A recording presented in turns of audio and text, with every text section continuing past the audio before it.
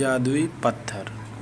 एक बार की बात है, दूर किसी गांव में पवन नाम का एक लड़का रहता था। उसके माता पिता बहुत गरीब थे और वे निर्माण स्थल पर मजदूर का कार्य करते थे।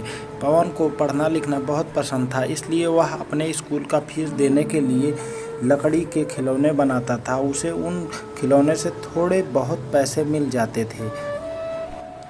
एक दिन जब वह खिलौना बेचकर घर वापस आ रहा था, तब उसे रास्ते में एक पत्थर मिला। उसने उस पत्थर को रास्ते से हटाया तो उसने देखा कि उसके नीचे एक हीरे जैसा चमकता हुआ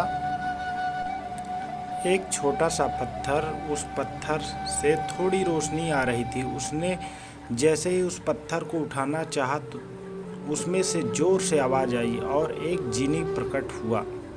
उसने पवन से कहा, तुम एक दयावान और भले लड़के हो, इसलिए मैं तुम्हें यह पत्थर दे रहा हूँ।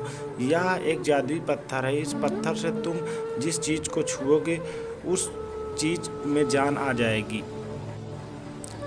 उसने घर जाके लकड़ी से बंदर, जिराफ और गाय बनाई।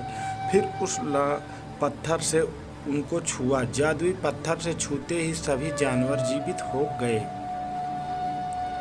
अब यह बात राजा तक भी पहुंच गई, इसलिए राजा ने कुछ सैनिकों को पवन को अपने दरबार में लाने के लिए भेजा। सैनिक पवन को राजमहल ले आए। राजा ने उससे सारी बात पूछी और पवन से राजा को सब सच सच बता दिया। राजा ने सोचा, अगर यह पत्थर मुझे मिल जाए तो कितना अच्छा होगा। राजा के बहुत कहने पर भी पवन पत्थर देने के लिए माना नहीं, तो राजा ने उसे कारागार में डलवा दिया। तभी एक जोर सा धमाका हुआ और वहाँ एक जीनी प्रकट हुआ और राजा से बोला, राजा, तुमने यह जादुई पत्थर पवन से लेना चाहा। शायद तुम्हें यह पता नहीं कि जो इस